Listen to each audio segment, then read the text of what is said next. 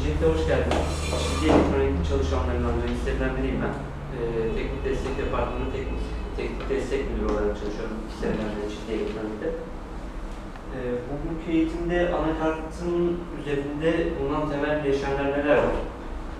Bunların birbirleriyle olan bağlantıları, yani birbirlerine ne aktardıkları veya bir dijital ortamda tam olarak hangisiyle birbirlerinin tam olarak etkileştiğini, chipset yapıları, güney-kuzey chipsetlerinin yapıları, güney veya kuzeye bağlanan bileşenlerin tamamının özellikleri.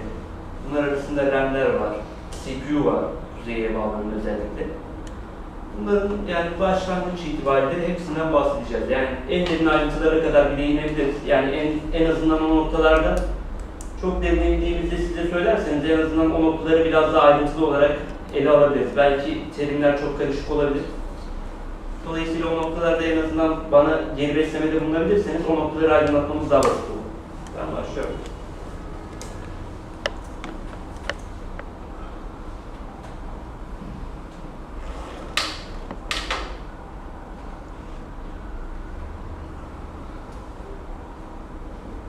İlk anakartımız bu Asus'un P5 AD2 Premium model anakartı. Bunun üzerindeki temel bileşenleri tanıtacak olursak şu şekilde.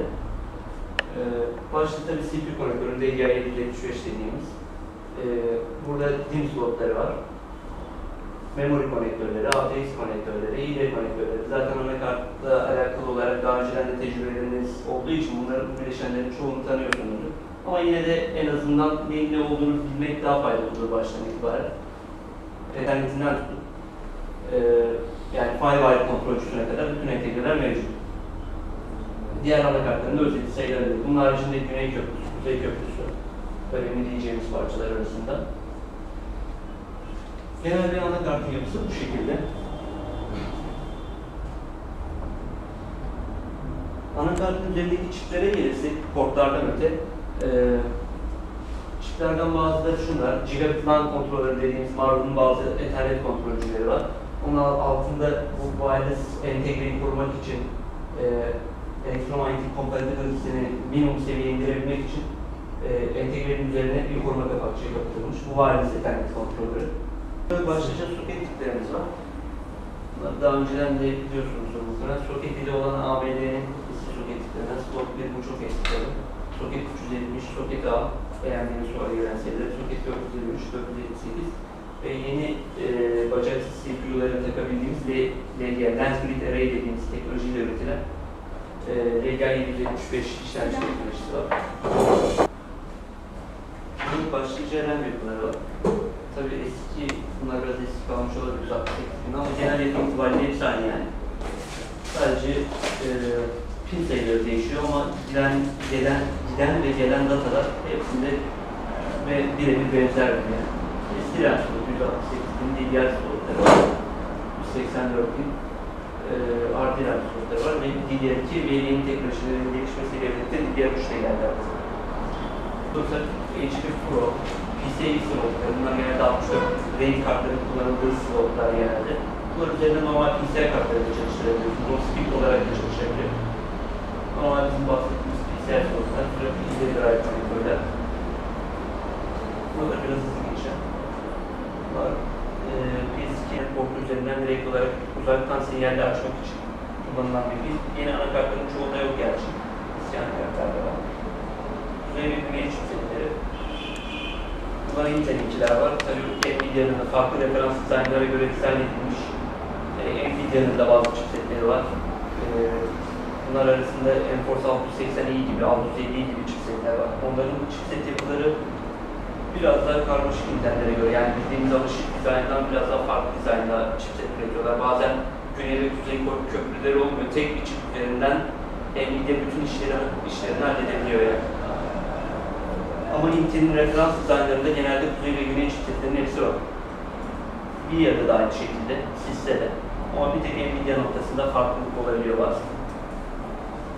Bu voltage regulator dediğimiz entegre, daha demin de CPU'nun voltajını yani içerideki voltajın, çalışma voltajını ayarlayan entegre. Bunları detaylı anlatacaklar, o yüzden hızlı geçiyor. Yani içinde voltaj regülatörü ne üretiyor falan diye daha sonraki diyagramlarda anlatacak. Frekans jeneratörü entegresi. Bu o entegre genelde CPU'nun çalışma frekansını ayarlar. Mesela PCI Express'e aslında şöyle, yani bir zaman aralarında işlem yapıyor demektir. Yani bir datayı içeri çekebilmesi için gereken süre 1 bölü 33 kadar. 1 bölü 33 MHz kadar prompt frekans 1 bölü T olduğundan dolayı yani o çipin o datayı işleyebilmesi için gereken süre. İşte o süreyi de bu entegre ayarlıyor. Mesela diyelim ki PCI slot da 33 MHz bu. Yani bunun bir bacağının çıkışına bakarsanız, onun data sheetleri vardı. O 33 MHz gördüğünüz anda o dersiniz ki mesela o PCI slota ait olan frekans değeri. Mesela şey olabilir, AGP slot olabilir. AGP slotun mesela clock çalışma frekansı 66 MHz hatırladım. Mesela 133 MHz'de çalışan PCI slotlar var. Onların direkt olarak clock değerlerini ayarlayan, yani frekans değerlerini ayarlayan, zamanlamalarını ayarlayan entegre bu entegre. Ayrıca kuzey ve güney chipsetlerinin de bu şekilde clock frekanslarına ihtiyacı var. Belirli entegreler tarafından üretiliyor. Ama yani normalde ICS'in üretmiş olduğu bu entegre frekans jeneratörü olarak kullanılan genel bir entegredir yani. Bu sol alttaki komponent nedir? O nedir arkadaşlar? O kristal, bakın. Her frekans üreticinin temel basası aldığı bir kristal vardır. Yani kristal fiziksel olarak kendince titreşen ve bu titreşimin belirli bir elektrik sinyaline dönüştüren temel bir üreteç. Bu bir çok sabittir. Yani bütün saat devrelerinde, bütün saatle ilgili olan, zamanlamayla ilgili olan tüm devrelerde kristal mutlaka vardır. O kristalin ucu sonuçta o entegreye giriyor ve o sadece bir frekans üretiyor. O entegre bunları çarparak veya bölerek anakarttaki veya bir PC'deki tüm clock işaretlerini kendisi üretiyor. Önce kristali bulacaksınız. Kristalin yanındaki çip bu frekans jeneratörüdür. Evet. I/O çipi, output çipi yani giriş çıkış birimlerinin direkt olarak herhangi bir chipsete erişmeden önce ilk başta değerlendirildiği için RS-232 Transceiver Integrated Circuit bu RS-232 yani Concord dediğimiz cihazlarla veri iletişimi yapmadan önce belirli dönüşümlerin yani işaretlerin belirli seviyelere indirgenmesini sağlayan ve gerilim seviyesi ile çalışmaz. Yani artı, yani clock darbesi eksi 12'dir. Clock'un 0 olduğu yer artı 12'dir. Böyle ters bir mantık. Bu çipler onları sağlıyor. Bu iki çip. Yani RS-232 devresi bozuksa iki seçeneği var. Bunun önündeki hep bir şeyleri vardır bunların. Sigorta vardır. Burada sağda gözüküyor.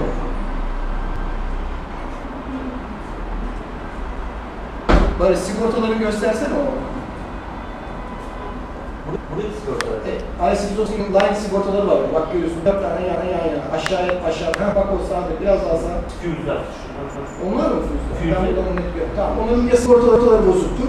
Genellikle dışarıya bağlanan uçlarda USB gibi, keyboard gibi, RS-232 gibi diğer bütün interfeyslerde ilk olarak mutlaka sigorta vardır.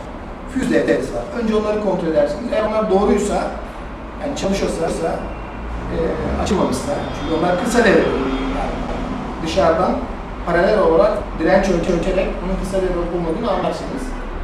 Onlar çalışıyorsa o zaman onun bir arkasındaki çipler bozulmuştur.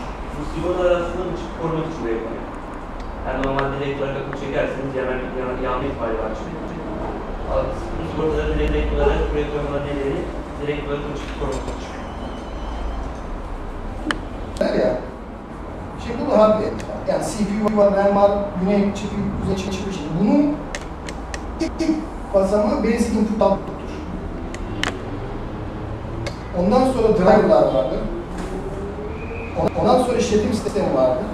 OS. Ondan sonra sizin yüklediğiniz program var. Yani sizin yüklediğiniz program işletim sistemiyle ilişkiye geçer. Bunun bir tek ekstrası var. İşletim sistemiyle iletişime geçmeden direkt böyle onun çalışan hangi programlar? oyunlar. Oyunlar dikkat ederseniz oyun programı gelince küt diye ekran değişir. Yani o Windows ekranı geçer. Çünkü o Windows'lar üzerinden haberleştiğiniz zaman hardware'le yavaşlarsınız. İşletim sistemi aradaysa yavaşlarsınız. O yüzden onu geçerler. Ama genel olarak yani Photoshop kullanıyorsunuz ya da işte bir basic, standart bir aplikasyon kullanıyorsunuz. O operating sistemi kullanıyor. O operating sistemde driver'ları falan geçerek bir BIOS kullanıyorsunuz. Onu da BIOS'ta antiye yani dinleme bir şey yani lobiden bir şey yüklesiniz programla. Programın içinde save yaparsınız veya hardware bir şey ne yapacak? O oraya bu hardware'in şeyine gider. Şimdi peki buradan BIOS'u nasıl çıkartıyoruz? O zaman BIOS bilgilerini o yazmıştır zaten. Evet, makine ilk açıldığında, makine ilk açıldığında yaptığı iş BIOS RAM'e almak. Neden? Daha hızlı olsun diye. Evet, BIOS'lar yavaştır. O kadar. Sadece BIOS'u al. O yüzden çıkartabiliyorsunuz. Yani makine çalıştığınız zaman BIOS yavaş olduğu için almış oluyor hemen. Otomatik olarak ondan sonra çıkartabiliyorsunuz. Peki yeni çiplerde Yazmanızın nedeni de o. Yazdığınızda yazıyorsun hala çalışıyor makine. Eski software çalışıyor. Ta ki boot edince yenisi falan kadar. Yeni çiplerde nasıl yapıyoruz?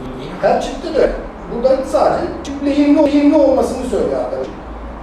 Lehimini söktükten sonra makineyi açıyoruz, ondan sonra mı çalışıyoruz? Makineyi için çalıştırıyorsun. Bir de bastırarak olabilir veya bir soket kıp yapabilirsin. O tür şeyler yapıyorlar. O tür şey, CPU için belirli direnç ve kondansatörlere ihtiyaç var. Mesela bunlar anakartların üzerinde yani numaralandırılmış, sınıflandırılmış. Bunlar resistor dediğimiz range başlayan kapasitörler var. Kapasitörlerin başında da C konmuş. Anakartın üzerinde o şekilde simgelendirilmiş.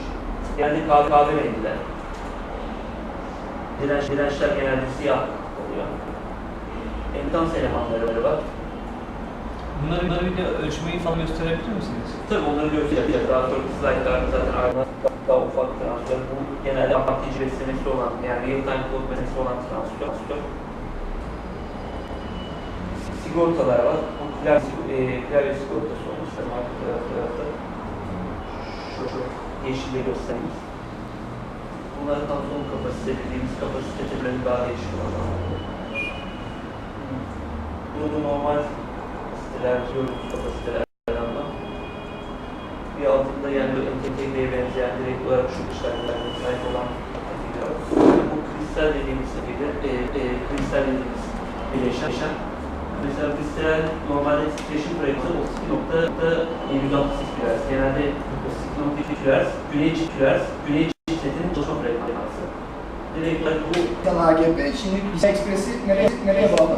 Kuzeye bağlı. PCI Express'i yani hızlı olan erişiminden sorumlu olan çiptir.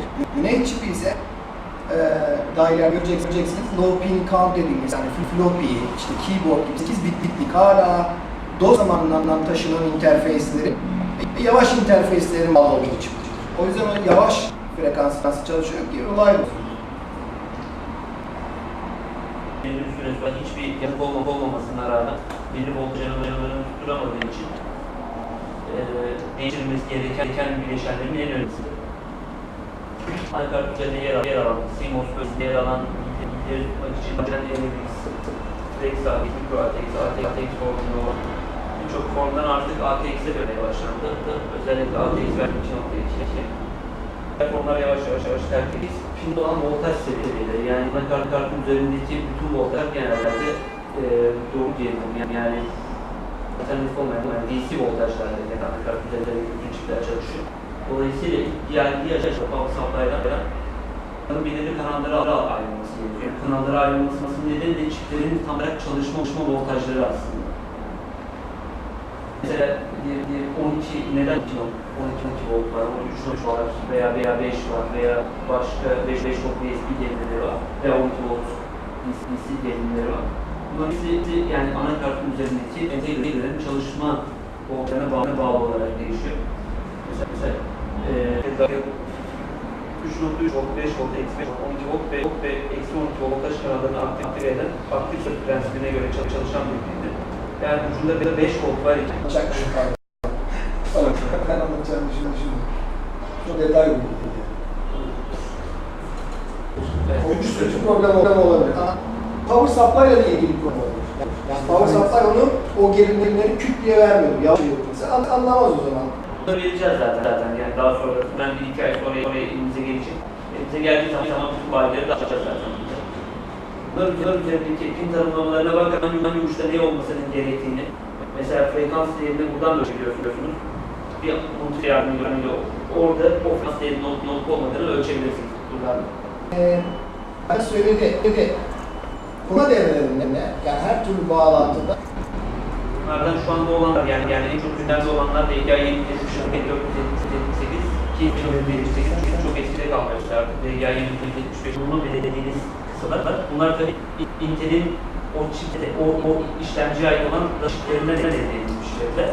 Yani VID voltajlarını mesela burada ground açıda çekiyorsunuz. Yeri burada. VID'de short olması gerekiyor. Yani buralarda 0 volt görmeniz gerekiyor aslında. Power cable'in olduğu yer. Ve ses sinyalinin olduğu yer.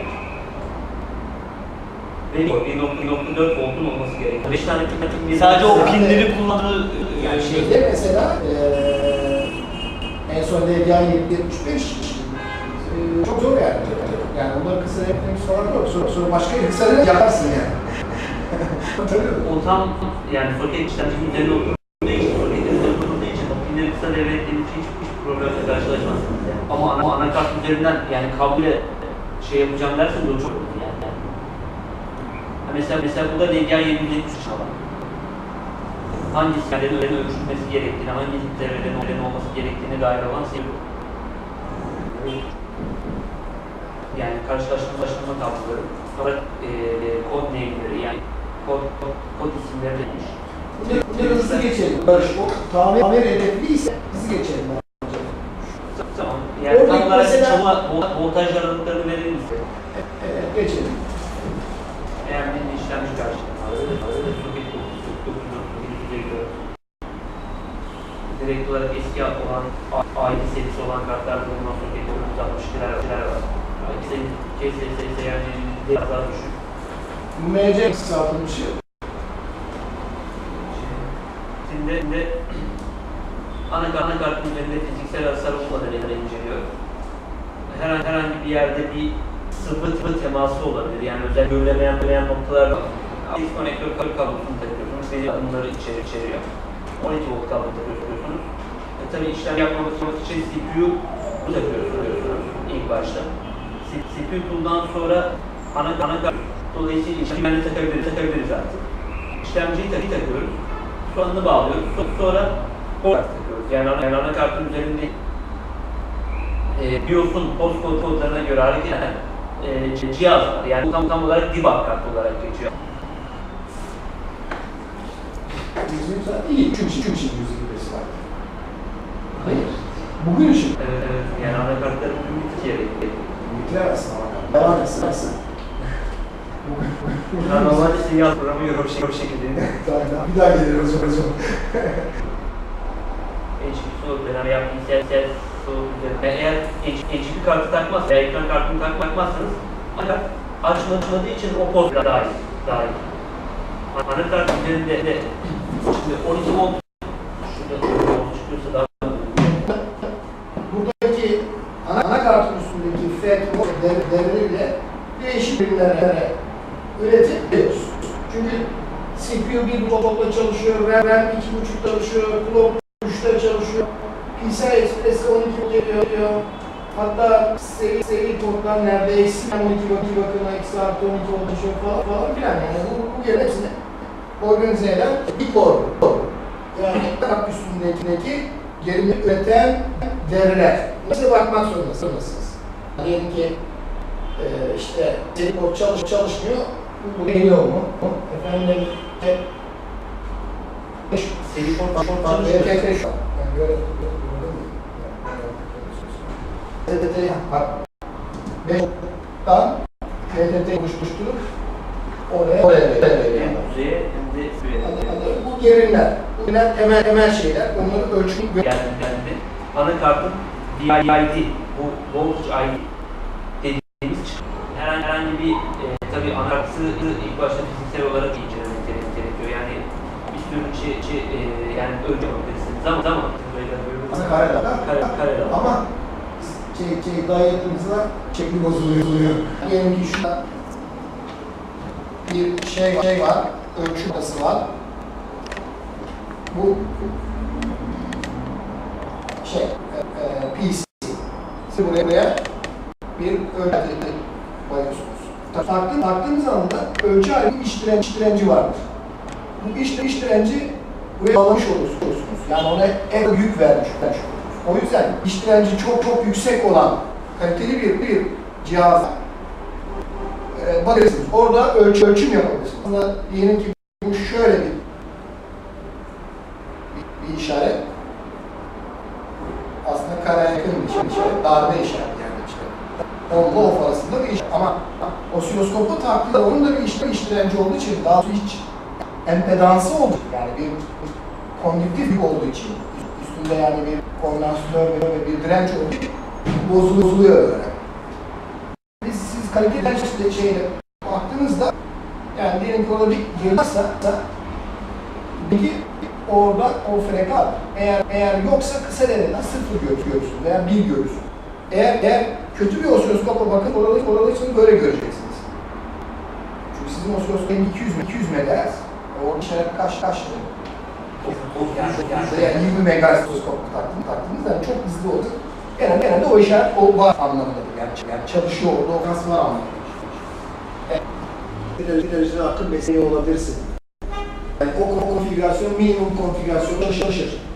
Zaten power supply'da o uçlar aynı uçlar. Bir power supply'da aynı uçlar. Yani bak şurada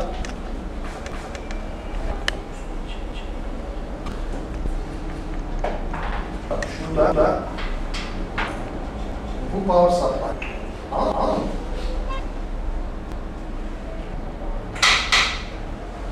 Bu 12 volt. Bu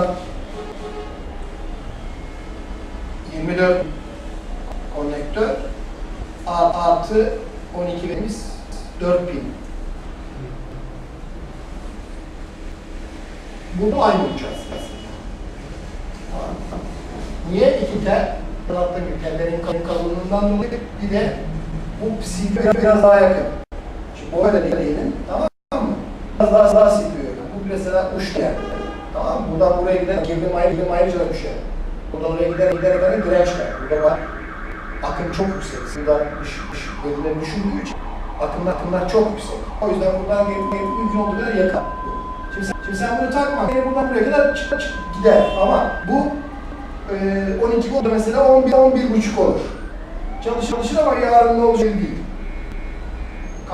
Full konfigürasyon koyar. Kaliteli bir ekran kartı ama daha da beter olmuş. Yani belki de hiç çalışsız. Bir böyle sorun var.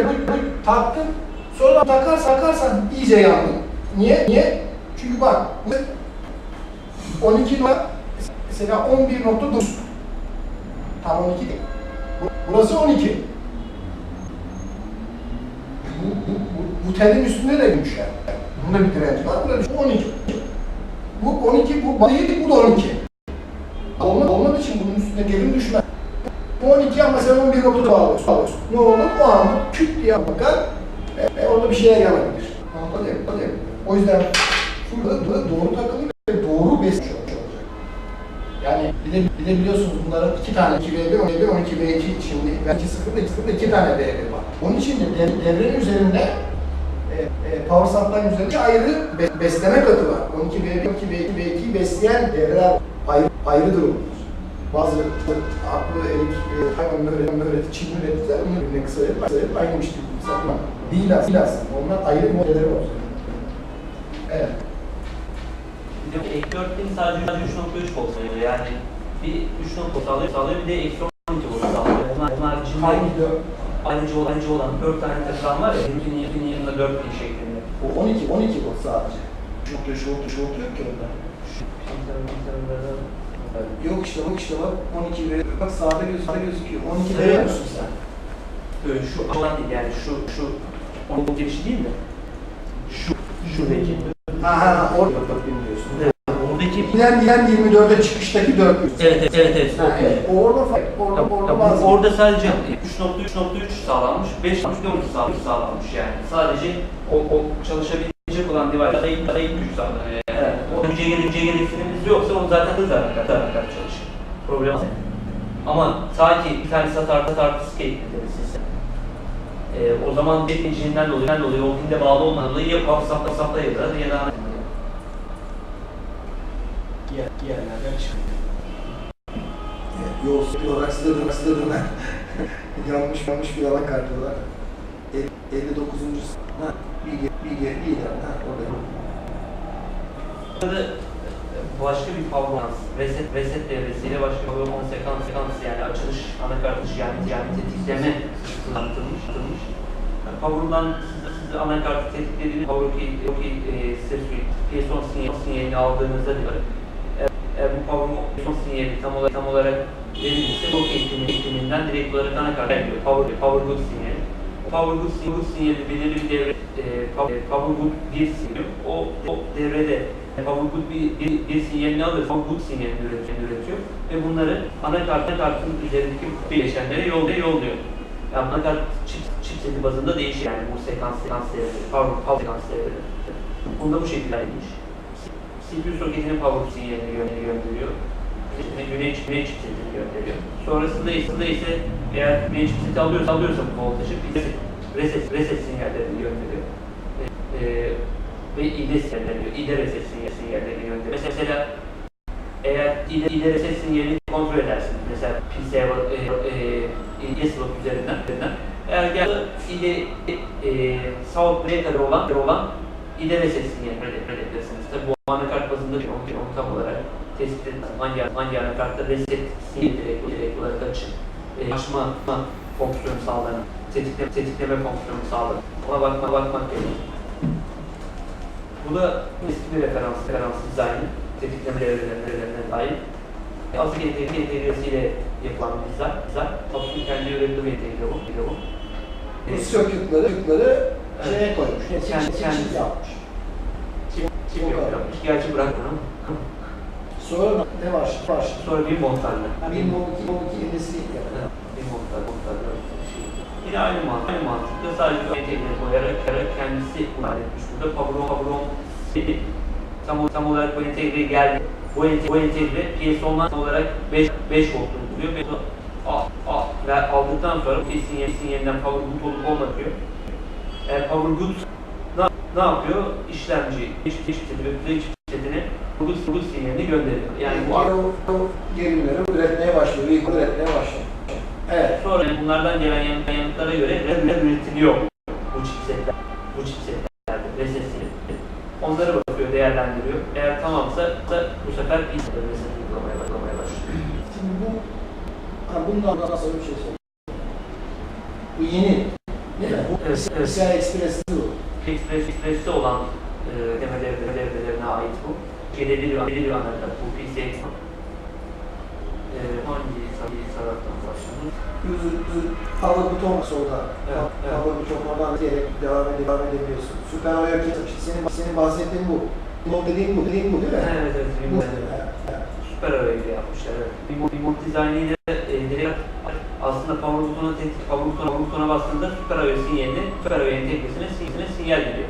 Input entegresine. Bunlar genelde remote çipi oluyor yine anakartlar üzerinde. Süper Oya'nın içine almışlar. İşaretlerin. Evet. Anladım. Bu direkt olarak güneş chipsetinin reseti gönderiyor. Aktif olmuş. Yani buradan gelen sinyalin 5 olmadığı veya 3.3 olduğunu olmadığını kontrol gerekiyor. IO'nun tam olarak 5 olduğunu sinyalini gönderiyor. Affedersin. Evet. Şurada tık yapıyor. Ha, doğru. Masa yaparsan, Sen o mouse'la yaparsan. Evet, bu taraftan mı? Orada şey yapar. Tamam şimdi. Power butona bastın. Şimdi ben diyecektim, çok karı. Evet. Bir daha. Evet. Bu anakart tarafından power switch kullanın. Power butonuna bastığınızda normalde 5 volt var. Onu 0 volta çekiyoruz. Süper Oya'yı harekete geçiriyoruz bu zaman. Süper Oya eğer bu sinyali aldığı takdirde direkt belirli sinyalleri anakartın belirli çiplerine uyguluyor. Neye uyguluyor? Uyguluyor.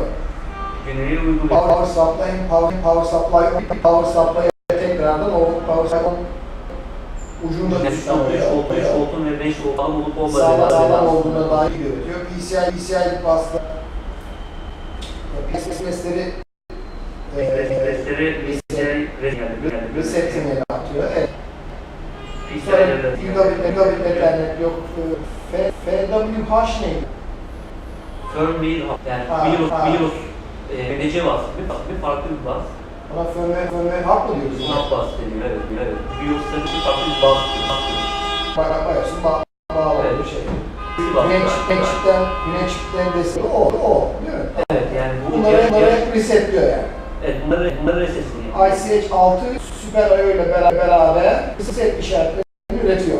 Aynen. CPU bak ne oluyor? O da CPU resetliyor. Eğer resetine basıldığında direkt olarak reset işareti gidiyor. Eğer power good'sa Kabul ediyor. kabul ediyor. Evet. Sonra Kuzey Köprüsü yukarıdan ne veriyor ya?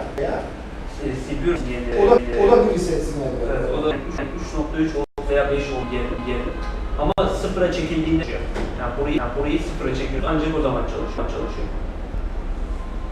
Çekmiyorsun. Kuzey Köprüsü kendisi çekiyor. Evet, onu kendisi çekiyor. Onu sıfıra çekmiyorsun, altta yanındaki DS var. Reset sinyali aktif sıfır. Aktif o DS aktif sıfır. Evet, aktif sıfır. Evet, tamam. Standart bir aslında. Alttaki şeyler yani troubleshooting guide'ları biraz da o da ipucunu daha şöyle verebiliyor aslında. Mesela 5 volt sistem eğitimi Huawei tarafından sağlanıyorsa eğer anakart zaten açmaya gerek olmaz. RSM resetini gönderiyormuş. RSM reset göster. Şurada. Orada evet. Ben reset konektör istent yani reset konektör süper ayı geri diyor o neredeydi?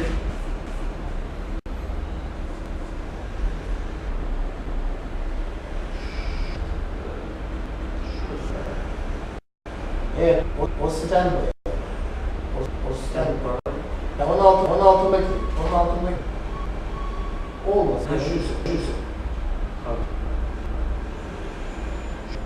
Evet, o. Şu sinyalin ne diyor? Sen send Pamroki to notice South Bridge yani güneyinin olup olmadığını denetlemek için root veya Pamroki sinyallerini gönderiyor. Tam olarak power sekansı gibi. Sleep S3 modundan power state'ler o power mesela sleep modundan standby modundan gitmek için chipsetin tarafından gönderilen S3 sinyali var.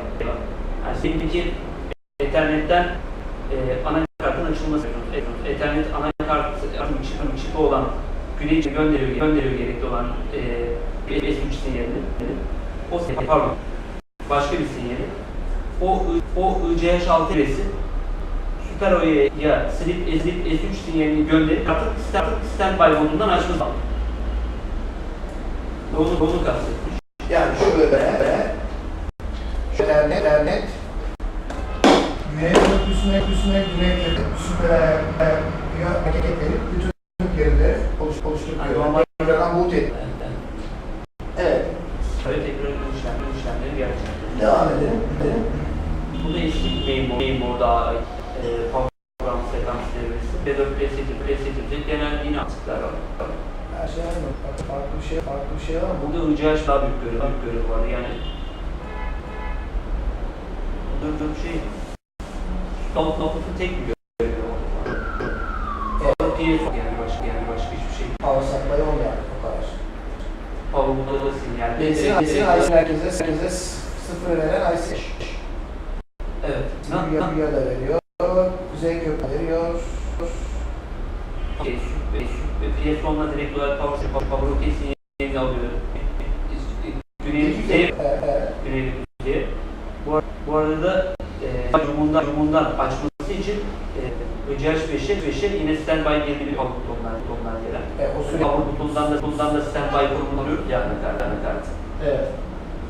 Buraya o sinyali vermiş ve konektörüyle direkt olarak ICH resetlenmesi sağlanabiliyor. Evet. Devam edelim. Anakart üzerinde yemek probleminin giderilmesi. Yani tetikliyoruz. Yani güç almıyorsa onun kontrol edilecek noktaları anakart üzerindeki bir yanık olup olmadığını ve yollar olup olmadığını kontrol ediyoruz. Ve anakartın power katının bulunduğu bölgelerde kondansatörlerde ama varsa ki 90 anakart tetiklemiyor zaten. Kikor gerilim var. Emülatörün sunucusu. Onu ölçüyorsak bütün gerilimler düzgün üretimine geliyor mu? Hayır. Yani Onu ölçmede bir problem var. Ne olabilir mesela? mesela 3.3 volt doğru geldi. Yani onların buraya kadar geldik. 5 volt standby, 3.3 volt, eksi 12, 3 volt standby. Bir koruda ölçtüm emülatörden. 2.5 voltu nereden? Bir kor mu? Ya da switch regulator'lar var ya, switch regulator'larda elde edilen 2.5 voltlar var. Bunu biliyorum da nasıl ölçüyor üstünde şamasına göre bakıp mı ölçeceğim? Senin emülatörün üstünde yok mu 2.5 volt yok. diğer var ama. Bir aylılar var. Yaylar da düzgün geliyor. 1.5 voltta geliyor. Clock geliyor. Demek ki boot'la ilgili bir problemi yok mu? Benim probleminde 2.5 voltun ölçüsü zor. Ama genelde hiç 2 voltta da karşılaşmadık yani. Orada çok olmadı. Voltajını kontrol edin ne?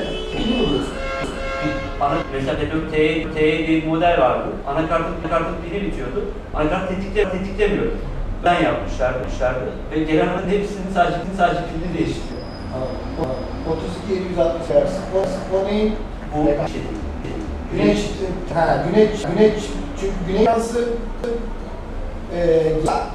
demek ki adam gibi çalışıyor. O frekans geliyorsa güneş çipi çalışması lazım. Evet, aynen öyle. Eğer oradaki sorun varsa anakart hiç tetiklemez yani. Yani hiç şey yapamazsın, alamazsın. 3 volt BSP ve 3 volt. Yani bunlar anakartın tam olarak standby konumlarından gerektiren voltaj seviyesi. Buton zaten normal. Butonun aslında ilk başta bilmesi gereken bu power switch'in olmayan pinin kontrol edilmesi. Yani onun tam olarak ucuna voltaj geliyorken. Gece onu zaten elle yapınca aynı şey değil mi? Bilir. Tabii ama oraya bir şekilde gelmiyor o zaman. Nereden gelmediğini Anladım. Evet, bir sonraki. Anakartın üstündeki komple. Bu arada şey soracağım. Çok hızlı geçti. Doğru mu anladım bilmiyorum. Reset düğmesi sadece kuzey şey yapıyor. Kapatıyor. Hayır. Yani bu anakart Düğmesi falan. Eskiye, geridekine geç. Mesela burası. Mesela burada Bak. Reset buton bu. ICH5'e gidiyor. ICH5 bütün 1, 3, 4, 5 herkesi resetliyor. İşaret gönderiyor. Kuzeyi resetliyor. Kuzeyde resetliyor yani. Bundan önceki bundan daha yenisinde. Bu reset direkt sil diyor. haller User press Tundex CPU'ya gidiyor. uzun pres Aşağıda. Yapıyor. şu. Evet. Devam edelim. Çıkış yok. Olmaz öyle şey. Yanlış öyle şey olmaz. Bir CPU'yu yakan hani olmaz öyle şey. Yani orada bir devre basit bir lojikleri olsa da bile devre vardır yani. Bu normal bildiğiniz reset buton değil. Buradan buraya siliyor. Buraya Soğuk tamamen devre dışı bırakmış. yok olmaz öyle şey ya. Şimdi blok diyagramlar o kadar iyi. Temel bilmeniz gereken power up gibi bir derdimiz oldu. Power up'ta da makinenin işte güneş çipiyle veya Super I/O dediğimiz çipler bir reset işlemi bilmek lazım. Ve mümkün olduğunca yani bir diyagram bulamasanız bile yaşamasını bulamasanız bile chipsetlerin diyagramları var internette. Onlara gidip o chipsetlerinden power setleri falan ölçebilirsiniz. ama tabii kartın şamasını bilmeden ben pek fazla müdahale etmesi etmem. Manuel beraber geliyor ama. Okey. User sadece yani işte şuraya takılıyor falan diyor. Bu kadar. Bahsettiğimiz dağılımı göstersene bir şama. Geldim. Göster bir şey. Tamam. Çok güzel. Var mı senin? Getirmedin.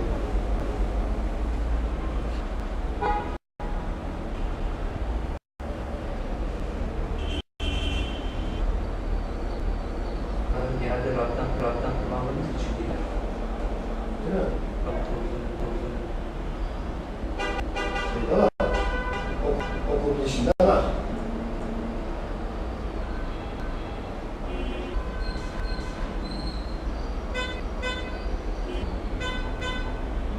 Neyse bir daha gidelim. Vakit kaybeden bir şey.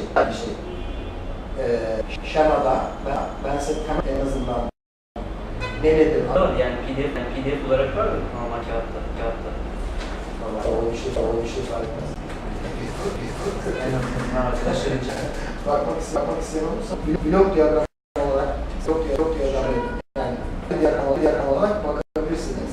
Önünüzde olmadan tavsiye etmem.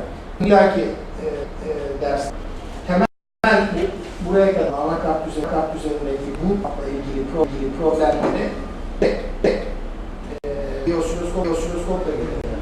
Frekansları gösteririz. Şeyleri emülatörle gerileri ölçer. Şimdi diğer ara birimler işte o floppy'di, hard disk. Aslında geç. CPU köprüsü, Güney köprüsü. Bu AG köprüsü yok herhalde. Esas olarak da bir şeydir. Bilgisayar mimarisi bu kadar. Temel bilgisayar mimarisi RAM'de yazılı olanı CPU. Ondan sonra da buraya gider, oraya gider. Şimdi bu yerlerin işte mesela serum input output 94 nedir? Buradaki problemler anlatacak arkadaş. Bunlar için temel ölçüm yöntemleri ve belirli şemalar var. Onları göster. Var mı soru? Ben çıkıyorum. Ondan sonra seni bilmiyorum. İyi günler.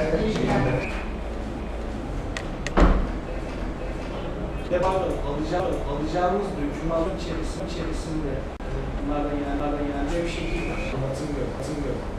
Bunlardan olacak. Tabii. Tam olarak için. Biliyorum tamam mı? Nasıl? Ya bir de anlatılan bu Ait olan çok daha ayrıntılı bir şey yani. Normalde o dosyayı da size vereceğiz yani. Sizin şu göstergeleriniz yani. Benim mesela dokümanlar var.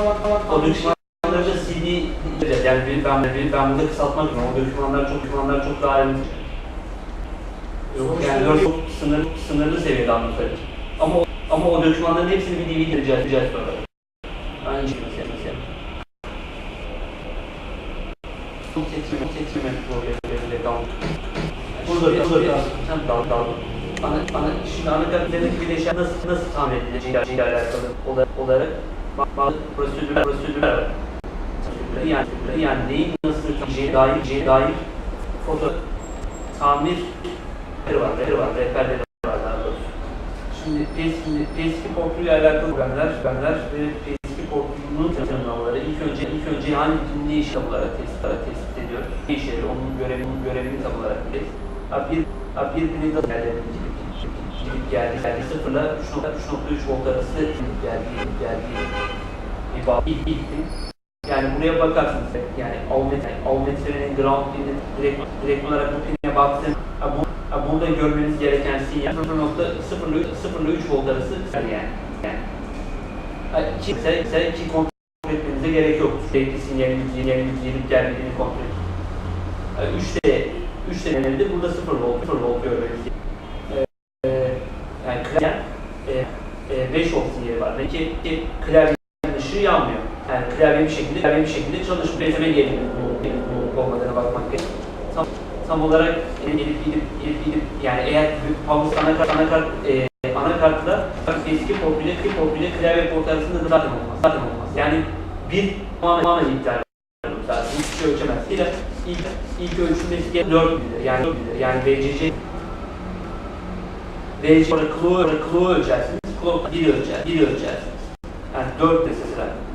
İlk önce 5 ondan sonra Clo'u, ondan sonra diğer dediğini oluyor. Zaten bağlı değil. Toplamda bu 4. Bu 4 tanesini kontrol edersek sağlamsa anakartlarındaki portu sağlamdır. Bu eskiden süper ayı olan birimine olan bağlantı şekilleri. Toplam tane kim var demiştik ya. Kimler bunlar. Eskiden süper ayı olan. Birincisi Data'dan önce bir tane endüktans var burada. Yani bir tane endüktans aynı direnç gibi bir eleman kartlarında onun kontrol edilmesi gerekiyor. Sigorta pardon. D olarak geçiyor.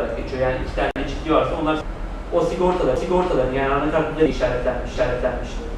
O sigortasının değiştirilmesi gerekir. Bu Aren 2'de direnç dizisi vardır mesela. O füzlerden sonra sigortalar.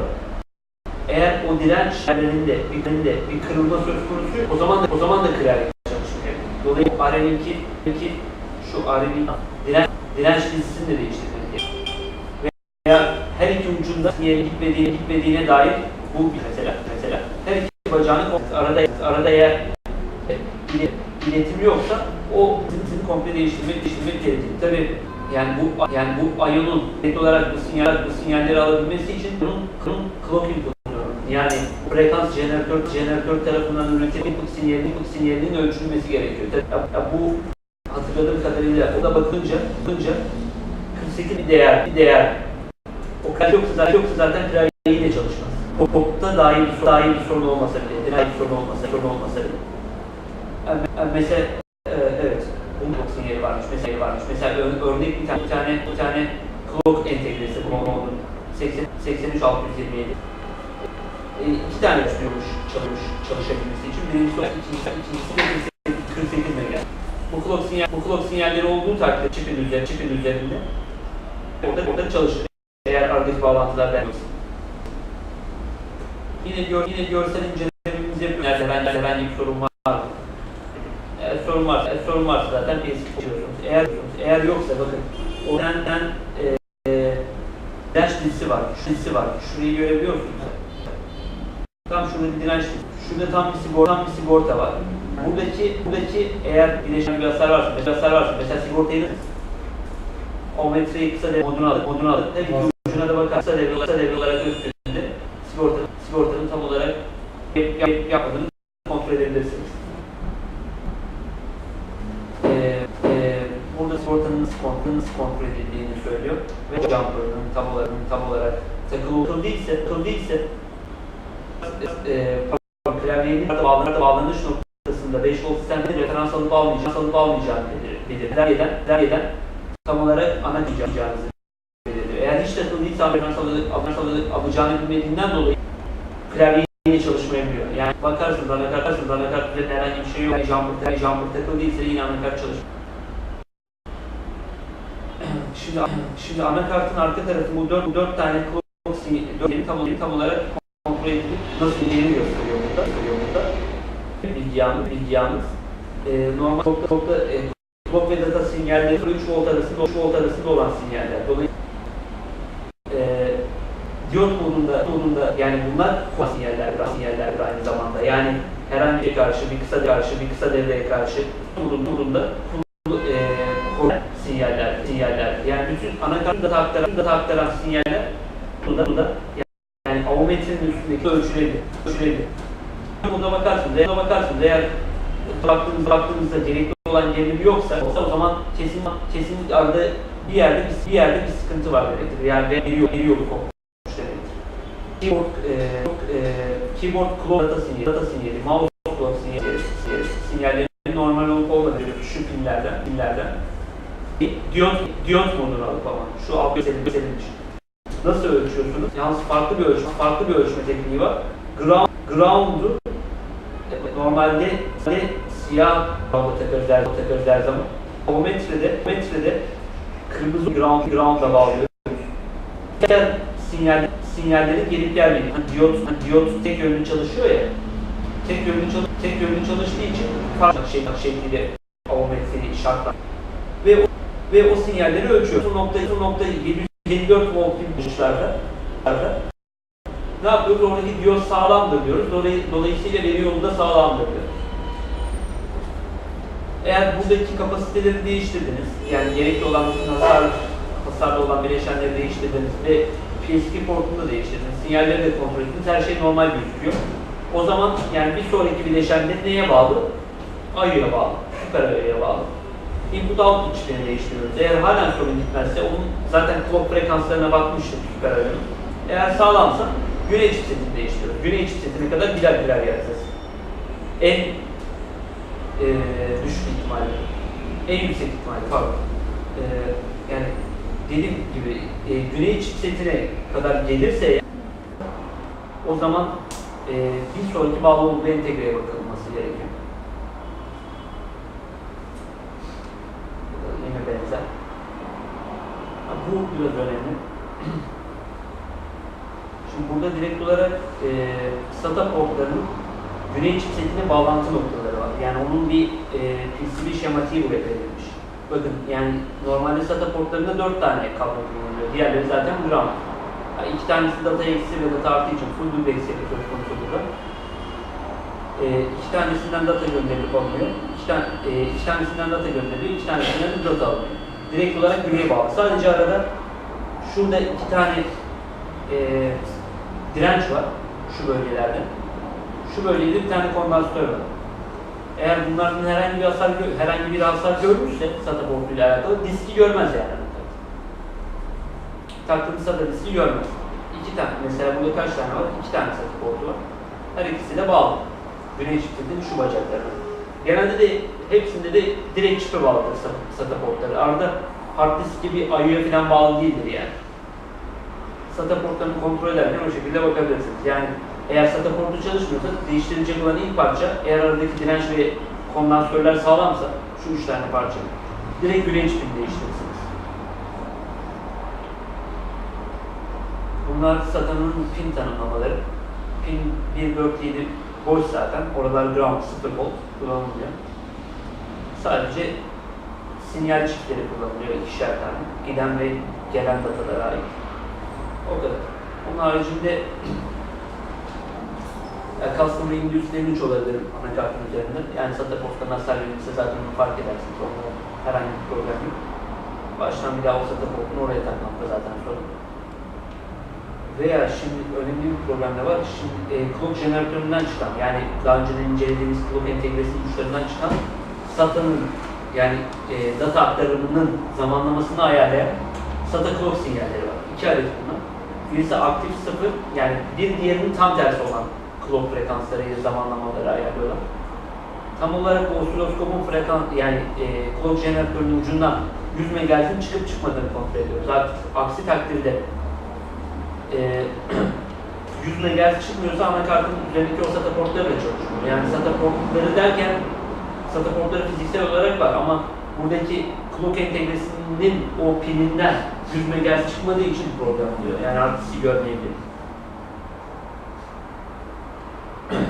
SATA portların hepsi çalışmıyorsa direkt mi güney? Direkt güney. Hiçbiri çalışmıyor. Başka bir sıkıntı yok mu?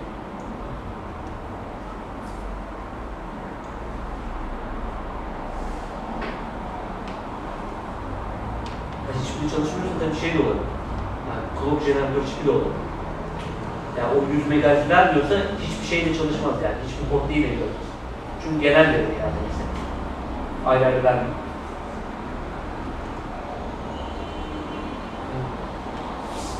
Yine buradaki data sinyallerini ölçeceğimiz mod belli. Yine diyot modunda data eksi ve data artı uçlarını ölçebiliyoruz. Eğer salt bilince kadar giden yolda herhangi bir problem yoksa en son güney çizgisini değiştiriyoruz.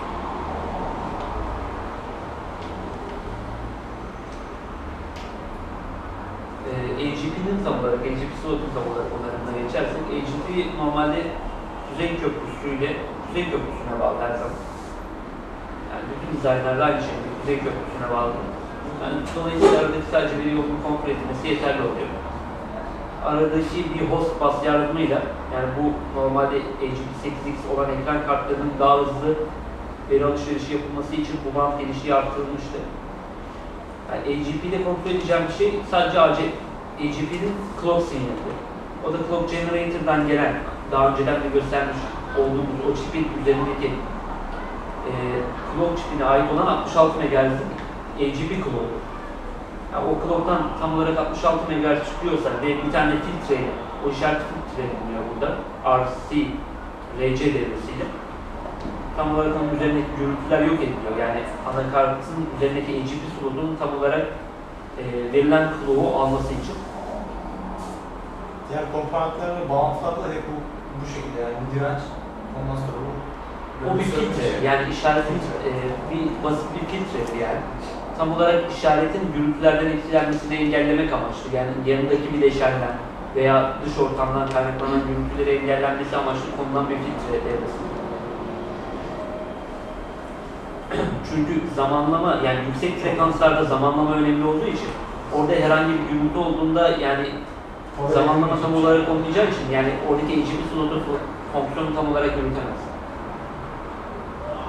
Veya yani buradan clock generator'dan çıkan frekans değeri 66 MHz ama diyelim ki AGP clock'una kadar gelmiyor. Yani demek ki slottan buna da bakmak gerekiyor. Yani mesela slotun yapısına baktınız. Yani orada bir tool var diyelim, aynı şu tool'larda. Kartımız AGP clock yok. Dolayısıyla bir ekran kartı açmıyor orada. O zaman clock generator ucuna bakmak gerekir. 66 MHz veriyor mu, vermiyor mu şeklinde. Eğer vermiyorsa zaten clock entegresini değiştirmemiz gerekiyor. Yani mesela burada voltage and clock pin tanımlamaları var, pin referans tanımlamaları var. B7 pini, yani AGP iki taraftan oluşuyor. İki pin sıralı gidiyor. Bir A tarafı, bir de B tarafı. B tarafının 7. pini 66 MHz'i vermek zorunda. Eğer vermiyorsa dediğim gibi ya slot ya aradaki bağlantılarda bir sorun var ya da clock entegresinde bir sorun var. Bunlar data sinyalleri. Data sinyallerin nasıl ölçüleceğini biliyoruz. Kontrol sinyalleri burada. Bunlarda kaç volt var? 3.3 volt görmeniz lazım uçların hepsini.